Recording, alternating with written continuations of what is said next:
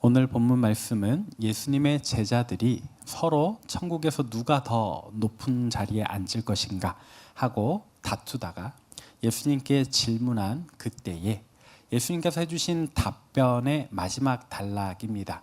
예수님 총 3가지 답변을 해주셨는데요. 첫 번째는 지지난주 본문 제자들이 서로 누군가 높아야 할 때 높은가를 따질 때 사실은 옆에서 놀고 있던 아이 하나를 세우시며 돌이켜 이 아이와 같이 자기를 낮추는 자가 더 중요하다. 그런 자라야 천국에 들어갈 수 있다라고 말씀하셨습니다. 두 번째는 지난주 본문인데요. 다른 사람을 실족하지 않게 해야 된다. 누군가의 마음을 아프게 하거나 상심하게 한다면 차라리 소가 이끄는 그 연자맷돌이라고 하는 것, 그 사람 키보다 커요. 그런 무거운 바위를 목에 메고 그냥 바다에 빠지는 게 낫다. 이 비유의 핵심은 우리가 그렇게 죽는 게 낫다는 게 아니라 다른 사람들에게 상처 주지 않게 우리의 말과 행동을 조심해야 된다라는 것에 있습니다.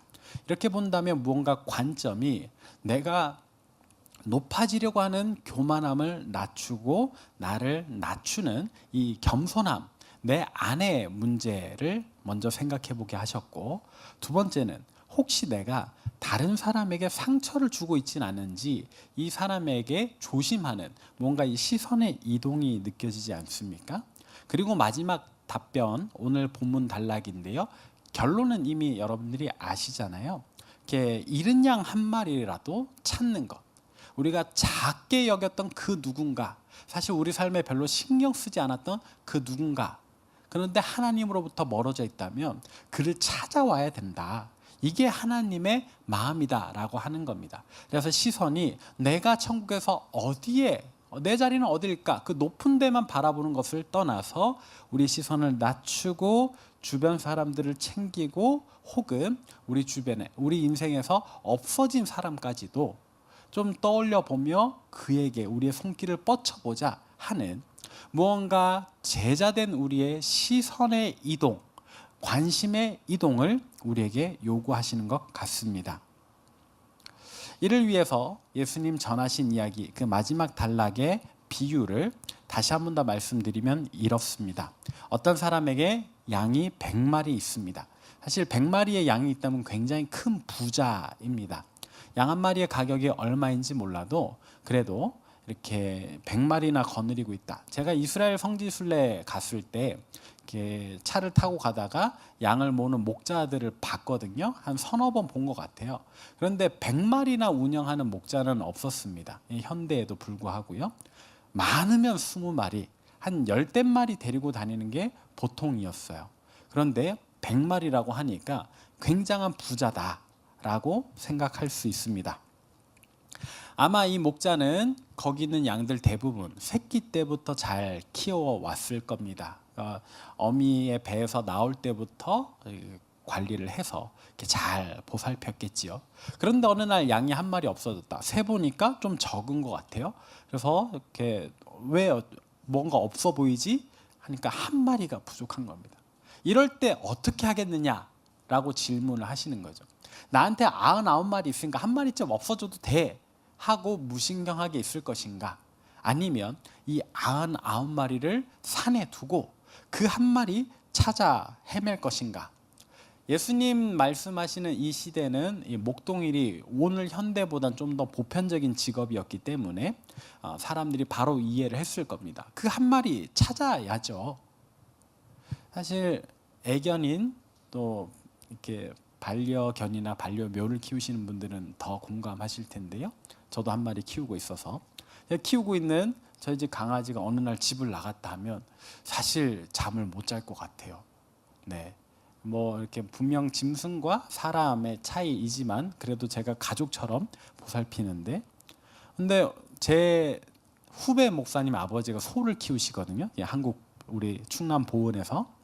네, 진짜로 소를 키우시는데 생업이니까 가끔은 소를 이렇게 축산하는데 팔기도 하고 혹은 이제 송아지가 태어나면 이제 경매로 팔기도 하세요. 생업을 위해서 어쩔 수 없지만 그때마다 마음이 힘들다 하시는 거예요. 왜냐하면 그 송아지 태어날 때 내가 받았거든. 그 엄마 그 양수에 젖어 있는 그 몸을 그 어미소도 핥아주지만 그 아버님께서 그 큰 수건으로 닦아 주셨단 말이에요. 내 손으로 받았고 내가 키운 송아지 이렇게 판다 했을 때 그 마음이 진짜로 그 표현할 수 없는 슬픔이 있다는 거예요. 근데 지금 이 비유 속의 목자도 그런 감정 공유를 할 겁니다. 그 한 마리 어디 갔지? 지금 어디 가시덤불에 몸이 걸려서 털이 묶여가지고 지금 집에 오고 싶은데 못 오고 있는 건가? 그러면 어떻게 해요? 빨리 가서 찾아서 내가 그 엉켜 있는 걸 풀어주고 구원해내야지, 살려내야지 하는 그런 간절함이 생기는 겁니다. 그렇게 해서 찾아냈을 때 이 주인이, 이 목자가 얼마나 기뻐했을까? 이게 예수님 말씀하신 비유의 이야기입니다. 사실 저는 이렇게 이성적인 면이 강하잖아요. 지극히 T적인 사람이다 보니까 어렸을 때 이 본문을 처음 읽을 때 어떻게 99마리를 버려두고 그 한 마리 찾아가냐, 이거는 산술적으로 맞지 않다, 제가 이렇게 생각을 했었거든요. 근데 이제 좀 크고 보니까 이 이야기 자체가 사실을 이야기하는 건 아니고 비유잖아요. 예시로 드는 거니까. 그리고 이 비유 속에서조차 그 99마리를 산에 두고 분명히 목자가 그냥 버린 게 아닙니다. 그래서 안전한 곳에 혹은 다른 목자에게 맡겨두고 라고 이해를 하시면 더 좋겠는데요. 그리고 이 메시지를 통해서 예수님이 원하시는 건 무엇입니까? 이렇게 제자들에게, 1차적으로는 제자들에게, 그리고 다른 복음서에서는 바리새인들이 예수님께 따지는 그 상황의 차이가 좀 존재합니다. 뭐 어느 쪽이든 예수님께서는 제자들아, 너희가 지금 하나님 앞에 너희가 어디에 높은 데 앉을까를 생각하느냐? 하나님은 지금 그 잃은 양 한 마리가 애가 타는데 너희가 가서 그 양 찾아올 생각을 해야지, 이렇게 말씀을 하시는 거거든요. 예수님은 우리 제자들에게, 내가 천국에서 어디 높은 데 앉을까를 생각했던 제자들에게 하나님 마음을 헤아릴 수 있어야 된다, 이 얘기를 하시는 겁니다. 그러면 제가 방금 이야기했던 것처럼 다른 복음서, 정확히 누가복음에서는 상황이 좀 달라요. 어떤 상황이냐? 이 마태복음을 쓴 마태가 세리잖아요. 그리고 아마도 이 이야기가 벌어지고 있는 가버나움이라고 하는 곳에 마태의 집이 있었으니까, 그는 부자니까 예수님과 제자들이 주로 마태의 집에서 많이 머물렀을 것 같습니다. 그래서 이 대화도 마태의 집에서 이루어지지 않았나 생각을 해보는데, 그러다 보니까 마태가 자기 친구들, 다른 세리들을 이렇게 자주 모셔서 불러서 예수님과 만나게 했던 것 같아요. 누구라도 그럴 법하지 않겠습니까? 나는 구원받았는데 내 친구, 내 가까운 사람들 이 하나님의 아들을 만나고 변화돼서 나와 같이 구원의 기쁨을 누렸으면 하겠죠. 그래서 초대를 했는데 마태의 집에 여러 세례들이 모여 있으니까 바리새인들이 와서 또 꼬장을 부리는 겁니다. 저 봐라, 하나님의 아들이라면서 어떻게 자기 백성을 배반한 저 세리들이랑 밥 먹을 수 있냐라고 이야기를 하는 겁니다. 그럴 때 우리는 이렇게 이해를 할 수 있겠어요? 예수님은 정말로 하나님의 마음을 헤아려 스스로 의롭다 칭하던 바리새인들보다 하나님 관점에서 잃어버린 양인 이 세리들, 죄인들과 이미 교제하고 계신다, 이미 찾으러 오셨다, 그렇게 이해할 수 있겠습니다. 아무쪼록 우리는 예수님 제자이니까요, 우리도 예수님 말씀을 따라서 우리의 안위, 우리의 어떤 잘됨, 우리의 형통함만을 생각하는 시야를 내려놓고 하나님의 마음은 어디를 향해 있을까? 내가 혹시 내 주변 사람들에게, 가까운 사람들에게, 아니면 오며 가며 만나게 되는 익명의 사람이라도 내 말과 행동이 온전치 못한 것은 없는지 돌아보고, 또 하나님 찾으시는 그 어린 양은 누구일까 생각하며 한번 찾아보아야 하지 않을까요? 그러다 보니까 이런 생각을 해봤습니다. 멀리 보지 말고 우리 청년교구 안에서 먼저 생각을 해보자. 제가 이제 올해 우리 청년교구의 출석 인원을 보니까 1월 달에는 160명이 모였었습니다. 사실 구체적인 숫자 이야기하는 게 저한테도 좀 부담인데요. 1월 달에는 160명이 모였습니다. 지난주 우리 예배 출석은 117명이었습니다. 물론 시험 기간인 것을 고려하고 또 여러 사정이 있다는 건 알지만 단순히 숫자로 계산을 해보면 43명은 어디를 갔을까라는 생각을 해봅니다. 너무 티예요. 네. 궁금해요. 어디에 있을까? 무엇을 하고 있을까? 언제 다시 돌아올 수 있을까? 근데 이런 마음을 여러분들도 한번 생각해 주시면 좋겠습니다. 당장 여러분들 구역에서도 보이지 않는 이들이 있잖아요. 그러면 이런 이들에게 연락은 구역 리더가 해야 되겠죠? 라고만 하시면 우리가 믿음의 짐을 서로 져야 되는데 너무 리더들에게만 과한 짐을 드리는 겁니다. 그러지 마시고 여러분들 구역 안에서 서로가 좀 서로를 챙겨 주었으면 좋겠어요. 그래서 분명히 우리 구역원인데 올해 안 나오는 이가 있다 하면 사실 구역 리더가 전화하면 대번에 알아요. 이거 안 나와서 전화했다. 이럴 때는 다른 구역원이 전화를 해주는 게 더 낫습니다. 그래서 어떻게 지내? 좀 이렇게 괜찮으면 이번 다음 주일에 올래? 올해 몇 주 안 남았어. 우리 구역 이제 곧 바뀌어. 이런 연락을 같이 좀 해주시면 좋겠습니다.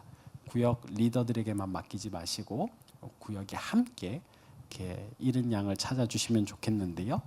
또 그런 연락이 사실 쉽지 않다는 것 압니다. 어색하고 상대방이 어떻게 생각할지 모르겠고 그런데 대부분의 경우에 그렇게 전화를 해주시면 제가 받은 피드백은 그래요.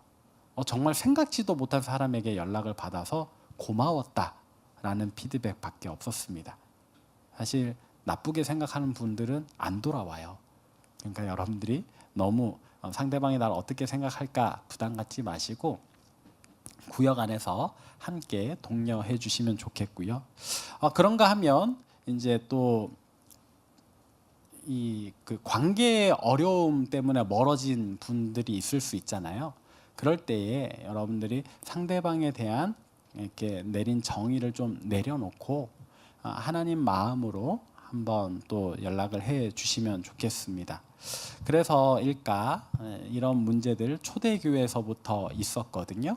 그래서 하나님께서 사도 바울을 통해 우리에게 이렇게 권면을 하십니다. 로마서 15장 1, 2절 같이 한번 읽어볼까요? 시작.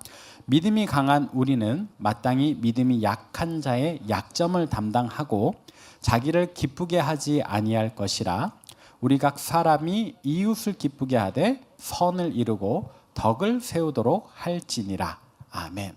여기 보니까 로마 교회에 보낸 편지에 이런 이야기 있잖아요. 믿음이 강한 우리는 믿음이 약한 자의 약점을 담당해 주자.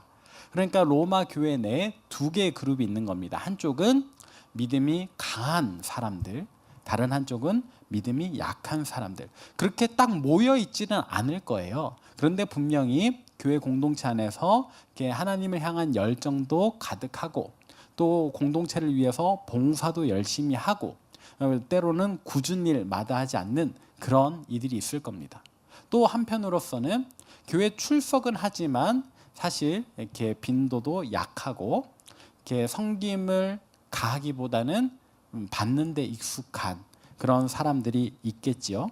혹은 이 믿음이 약한 자라고 했을 때는 아예 교회를 처음 나온 초심자도 있을 겁니다. 당시 로마 교회는 더더욱이나 말이죠.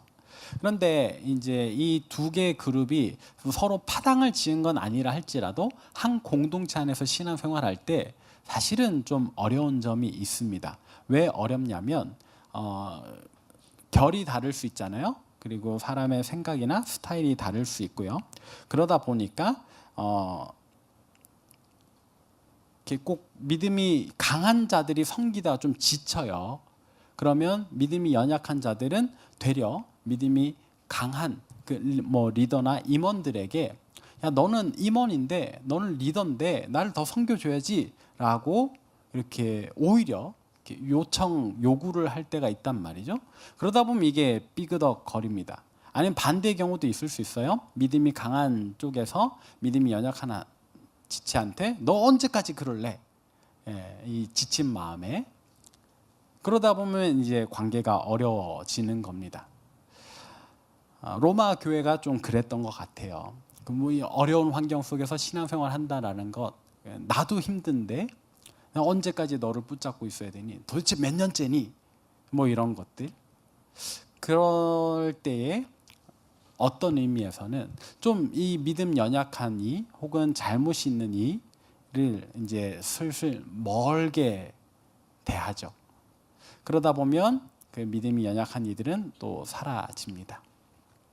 혹은 말과 행동에 있어서 별로 덕스럽지 않은 사람들이 또 공동체 안에 있을 수 있죠. 다른 사람들에게 좀 불쾌감을 주거나 하는 분들이 있을 수 있습니다. 그럴 때 또 내심 저런 친구는 좀 교회를 안 나왔으면 좋겠다라고 생각하게 될 수도 있는데요. 그런데 로마서의 권면으로 보면 그러지 말라는 겁니다. 믿음이 연약한 자들의 약점을 우리가 서로 담당하자라고 이야기를 하잖아요.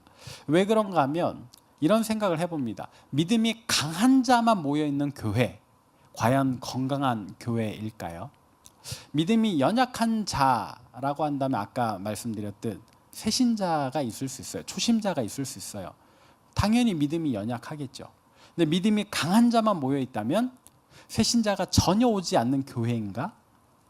그런 교회를 진짜 건강하다고 할 수 있는가? 왜냐하면 하나님께서 우리에게 말씀하시는 바는 하나님 믿는 믿음 가운데 하나님 사랑과 이웃 사랑을 실천하는 거니까. 근데 우리끼리 나랑 잘 맞는 사람끼리만 모여서 우리는 믿음이 좋으니까 우리끼리 한번 모여보자 이런 교회라면 정말 하나님께서 기뻐하시는 교회일까 아니지 않을까 하는 생각을 해봅니다.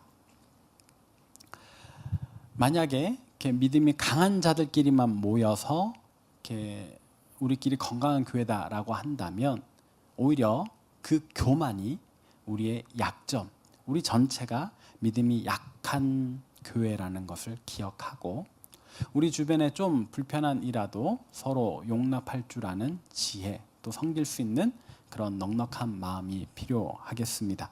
대신에 기준이 있어요. 언제까지 할 것인가? 로마 교회 해준 권면 로마서 15장 5절과 6절입니다. 같이 한번 읽어볼게요. 시작. 이제 인내와 위로의 하나님이 너희로 그리스도 예수를 본받아 서로 뜻이 같게 하여 주사 한 마음과 한 입으로 하나님 곧 우리 주 예수 그리스도의 아버지께 영광을 돌리게 하려 하노라. 아멘. 믿음이 강한 쪽에 맞춰야 되냐, 믿음이 약한 쪽에 맞춰야 되냐, 그런 게 아니라는 겁니다. 우리의 기준은 온전히 예수 그리스도다. 예수 그리스도를 닮아가는 공동체를 지향해야 됩니다. 그래서 믿음이 강한 자라고 믿음이 약한 자를 배척할 게 아니라 어린아이를 섬기신 예수님, 그 모자란 제자들을 끝까지 품어주신 예수님, 용서하신 예수님을 닮아 본받아서 우리의 마음을 좀 열 필요가 있어요. 그리고 믿음이 연약한 자들도 나의 섬김받음을 당연하게 생각하지 마시고 나도 예수님과 같이 내 주변 사람들을 섬겨야 되겠다. 그래서 우리 공동체가 서로가 서로를 섬기는 아름다운 섬김의 공동체 되기를 바랍니다. 그래서 한 마음 한 입 될 수 있으면 좋겠는데요. 근데 이런 문제가 로마 교회만의 문제는 아닙니다. 되게 생각보다 보편적인 문제예요.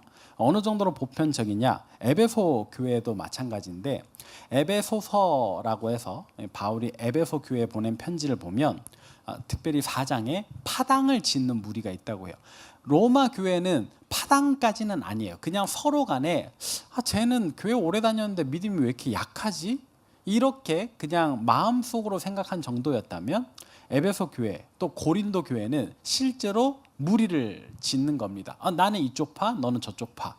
그래가지고 그 다른 파끼리는 교류도 하지 않고 교회의 중요한 문제를 결정할 때 항상 회방을 놓는 이제 그런 문제가 있었어요. 그리고 에베소 교회는 도둑질하는 자도 있었고 또 5장을 보면 술에 자주 취하는 사람이 있다라고 합니다.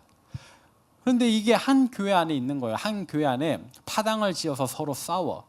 도둑질하는 사람도 있어. 그리고 술 먹고 예배 중에 와서 난동 부리는 사람도 있어. 이 교회가 괜찮은 교회입니까? 아닐 겁니다. 언뜻 눈으로 보기에는 아닐 겁니다. 물론 안 괜찮아요. 대신에 이 괜찮은 건강한 교회로 지향을 해야 되잖아요. 계속 가야 되잖아요. 근데 어떻게 갈 것인가에 대해서, 그러면 술 취해서 난동 부리는 사람 쫓아내라, 도둑질한 놈 처벌해라, 이런 말씀이 에베소서에 있는가? 아니요. 한 구절도 그런 구절이 없습니다. 그러면 어떻게 권면을 했는가? 에베소서 4장 3절에 보니까 평안에 매는 줄로 성령이 하나 되게 하신 것을 힘써 지키라. 성령이 하나 되게 하셨대요. 우리를 한 공동체로 묶어 주셨다. 우리 하나 되게 하셨다라는 겁니다. 저 도둑질하는 놈, 저 무리 짓는 놈, 이 술 취해서 난동 부리는 놈, 하나님께서 서로 품고 섬기라고 하나 되게 하셨다라고 이야기를 해요. 그러면 이렇게 괴롭잖아요. 난동 당하는 사람 너무 괴롭잖아요. 교회 왔는데 지갑이 없어져. 피해자는 괴롭잖아요. 그래서 그 범죄 당사자에게도 이야기를 합니다. 도둑질하는 자는 다시 도둑질하지 말고 돌이켜 가난한 자에게 구제할 수 있도록 자기 손으로 수고해서 선한 일을 하라. 술 취한 사람에게는 술 취하지 말고 성령의 충만함을 받으라. 이렇게 구체적인 언급들을 해줍니다. 믿음이 강한 자에게는 평안의 줄로 성령이 하나 되게 하신 것을 지키려는 마음을 가지라고 하고, 도둑질하는 자에게는 도둑질하지 마라. 술 취하는 자에게는 술 취하지 말고 성령 충만함을 받으라. 이런 권면을 한단 말이죠. 이걸 요약해 보니까 에베소서 4장 32절 제가 읽겠습니다. 서로 친절하게 하며 불쌍히 여기며 서로 용서하기를 하나님이 그리스도 안에서 너희를 용서하신 같이 하라. 서로 친절하게 대하래요. 서로를 좀 불쌍하게 여겨주래요. 그리고 서로를 용서해 주래요. 하나님께서 이미 우리를 용서하셨으니까.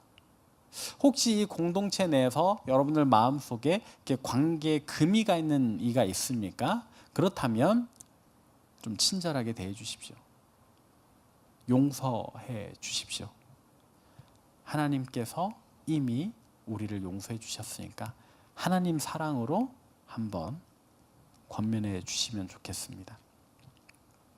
제가 로마 교회와 에베소 교회의 예를 들었는데요. 이런 교회 분열의 문제, 끼리끼리의 문제 다 있었어요. 데살로니가 교회도 있었어요.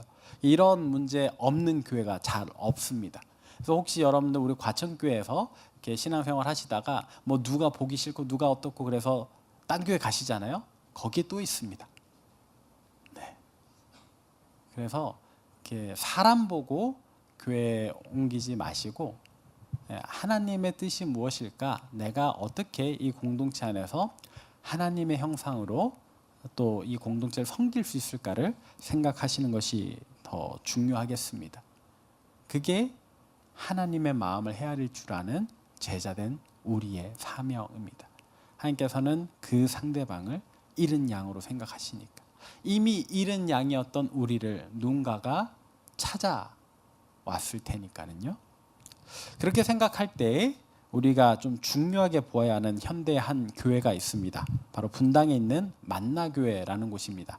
이 교회가 맨 처음 이슈가 된 것은 교회 찬양팀에 이렇게 알록달록 머리들이 있었기 때문입니다. 싱어들인데 빨간 머리 염색한 사람도 싱어를 서고요. 노랑 머리 염색한 사람도 싱어를 서고요. 보라색 머리로 염색한 사람도 싱어를 섭니다. 여러분들은 어떻습니까? 우리 히스피플이 다음 주에 이렇게 찬란하게 다 염색을 하고 선다면 은혜롭다라고 생각해 주시겠습니까? 아니면 쟤들 왜 저러지 하시겠습니까? 근데 그 교회에서는 일단 난리가 났다고 합니다. 당회에서부터 장로님들부터 어떻게 저런 머리 꼬라지를 하고 예배를 섬길 수 있는가라고 질문을 했는데요. 그때 김병삼 목사님, 담임 목사님인데 이런 대답을 했다고 해요. 저들의 말과 행동에 문제가 있다면 내리겠다. 대신에 머리 색깔로는 내리지 않겠다. 빨간 머리는 하나님 찬양 못하냐? 노란 머리는 하나님 찬양하면 안 되는 거냐? 보라색 머리도 안 되는 거냐? 머리 색깔이 중요하냐? 그들의 평소 말과 행동으로는 내가 받아들이겠지만 너무 건강한 신앙생활하는 너무 괜찮은 청년들인데 그냥 머리 색깔이 좀 그렇다면 그건 괜찮다. 저는 고등학생 때요 이렇게 학교에서 합창부를 했거든요. 합창부 선배의 권유로 머리를 빡빡 민 적이 있습니다. 그때는 그랬어요. 그냥 선배가 야, 넌 내일 머리 밀고 와 이러면 밀고 와야 됐어요. 선생님보다 무서운 게 선배니까. 근데 제가 그때 96kg, 7kg 나갔거든요. 그리고 머리를 밀고 이렇게 교회를 나타났더니 전도사님 저를 불렀어요.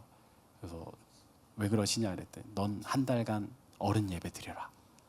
왜요? 그랬더니 너 너무 무섭게 생겼다. 그래서 다른 애들이 좀 무서워한다. 되게 좀 서운했어요. 아니 제 평소 말과 행동이 그렇게 거시기 하지 않는데 그냥 머리 밀었다고 고등부 학생한테 고등부 예배 출입 금지를 먹였어요. 그때는 그랬어요. 그냥 받아들였습니다. 그래서 한 달 뒤에 머리 다시 자라고 무슨 삼손도 아니고 그죠? 머리 다시 자라고 그냥 고등부 예배 돌아왔을 때 그 감격을 제가 잊을 수 없는데. 근데 비교적 최근까지도요, 뭐 2000년대 초반까지도요, 우리 싱어들, 그 앞에 예배를 섬긴 사람들, 샌들 이런 거 안 됐습니다. 특히 여성분들이 그 구두 중에서도 앞에 구멍 뚫린 구두 안 됐어요. 그래서 제가 섬겼던 어떤 교회 원로 목사님은 그런 얘기를 하시는 겁니다. 야, 네가 서면 네 발가락이 내 눈앞에 있다. 야, 내가 예배 중에 네 발가락 보면서 예배 드려야 되냐? 이렇게 혼을 내시는 거예요. 근데 그때는 그걸 너무 수치스럽게 생각하고 내가 잘못했구나 이랬단 말이죠. 네, 교회 안에 많은 부분들이 지금 이해 안 돼도 그때는 안 됐던 것들이 있고 뭐 그렇습니다. 여러분들은 어떻게 생각하세요? 염색한 사람들이 앞에서 찬양하고 성가대하고 괜찮습니까? 괜찮아요. 그보다 평소에 말과 행동이 더 중요하니까. 또 하나 이런 이야기가 있습니다. 역시나 만나교회 이야기인데요.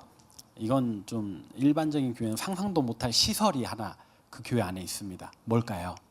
어제 리더 모임에서 마쳤는데 흡연실이 있습니다. 교회에. 우리 과천교회에서 교회에 흡연실을 마련하자고 하면 여러분들은 동의하시겠습니까? 안 됩니까? 왜 안 됩니까? 물론 그 교회도 엄청난 논란을 겪었습니다. 그런데 그 김병삼 목사님은 우리 교회는 담장을 넘어가는 교회여야 된다.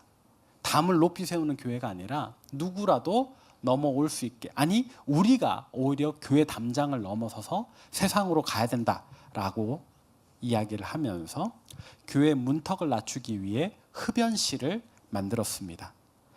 대신에 실내에 있지는 않아요. 이렇게 우리 뭐 여기 계단 밑에 여기 흡연실이다 이렇게 하지 않고 이제 교회 주차장 한 켠에 이제 칸을 만들어서 흡연실을 만들어 주었습니다.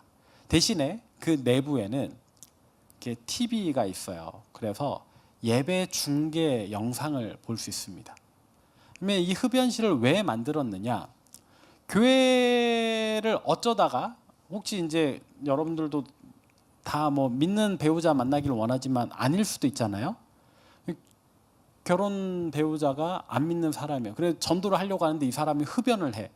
그래서 나는 5분 단위로 담배를 펴야 되는데 예배 1시간, 와 나는 그러면 이거 어렵다라고 한다면 어떻게 해요? 그런 사람들에게 이 흡연실은 선교의 기지가 되는 겁니다. 핑계할 수 없다. 거기서 담배 피면서 예배 드리라. 이게 그 교회가 취한 그 잃은 양 하나라도 찾겠다는 마음으로 온갖 논란과 많은 다툼 끝에 내놓은 결론이에요. 그래서 그 예배 영상을 보면서 담배를 피고 목사님의 설교를 듣고 그 마음의 변화가 생기는 거죠. 물론 거기 오는 흡연자가 다 막 변화돼 가지고 담배를 끊고 막 열렬한 신자가 되고 이러지는 않습니다. 하지만